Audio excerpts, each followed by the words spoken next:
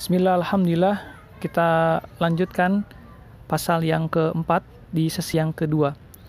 Al-Qadhi Imam Fakhruddin Ar-Sabandi, ketua para imam di Maru, Sultan pun sangat menghormatinya dengan penghormatan setinggi-tingginya. Ia pernah berkata, "Sesungguhnya aku mendapatkan kedudukan ini dengan melayani guru.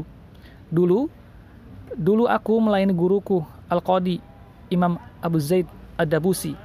Aku menyiapkan makanannya dan tidak memakan darinya sedikit pun.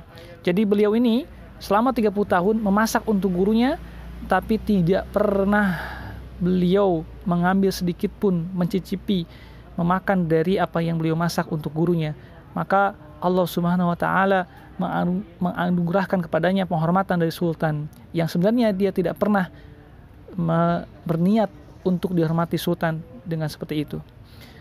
Asy-Syaikh Imam yang mulia Syekhul A'immah Al-Hawani rahimahullah pernah keluar dari Bukhara dan tinggal di suatu desa beberapa hari karena suatu kejadian yang menimpanya. Semua muridnya mengunjunginya kecuali Asy-Syaikh Al-Imam Al-Qadhi Abu Bakar Az-Zaranjari rahimahullah. Maka ia bertanya kepadanya saat bertemu, "Kenapa kamu tidak mengunjungiku?"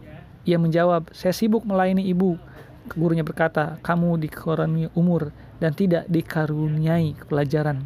Dan ternyata benar, Al-Imam Abu Bakar Az-Zaranjari menghabiskan sebagian waktunya di desa dan tidak punya jadwal mengajar yang teratur. Maka, jika seorang guru tersakiti oleh muridnya, maka murid terhalang mendapatkan keberkahan ilmu dan ia tidak dapat mengambil manfaat dari ilmu itu kecuali hanya sedikit. Dalam sebuah syair dikatakan, "Sesungguhnya guru dan dokter itu keduanya tidak akan memberikan nasihat jika tak dihormati. Tahanlah sakitmu jika kamu kasar terhadap dokter, dan nikmatilah kebodohanmu jika kamu kasar terhadap gurumu." Dikisahkan Khalifah Harun Ar-Rasyid pernah mengirim putranya kepada Al-Asma'i supaya diajari ilmu dan adab. Pada suatu hari, Khalifah melihat Al-Asma'i berwudu dan mencuci kakinya. Sementara putra Khalifah tadi yang menuangkan air ke kaki gurunya. Melihat hal itu, sang Khalifah langsung menegur Al-Asma'i dan berkata, "Aku mengirim putraku supaya Anda mengajarkan ilmu dan adab kepadanya. Kenapa Anda tidak menyuruhnya menuangkan air dengan salah satu tangannya dan mencuci kaki Anda dengan tangan yang lainnya?"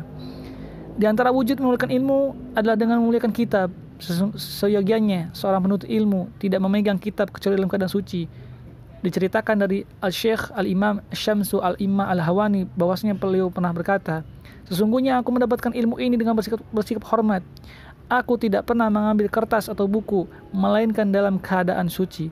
Asy-Syaikh Imam Syamsuddin As-Sarkhasi pernah sakit perut. Pada suatu malam beliau mengulang pelajaran dan beliau berwudu 17 kali pada malam itu. Pasalnya beliau tidak mengulang pelajaran kecuali dalam keadaan suci. Yang demikian ini karena ilmu adalah cahaya dan wudu juga cahaya, sehingga cahaya ilmu akan bertambah terang dengannya.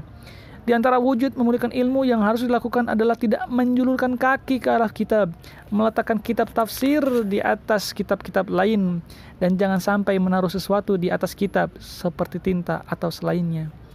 Guru kami Burhanuddin rahimahullah pernah mengisahkan tentang salah seorang guru kami bahwa ada seorang faqih meletakkan tempat tinta di atas kitab. Lalu syekh itu berkata dalam bahasa Persia, "Ilmumu tidak bermanfaat." Guru kami Al-Qadhi Al-Imam yang mulia Fakhruddin yang dikenal dengan Qadhi Khan pernah berkata, kalau hal itu meletakkan tempat tinta di atas kitab tidak dimaksudkan meremehkan, maka tidak mengapa. Namun akan lebih baik jika hal itu dihindari.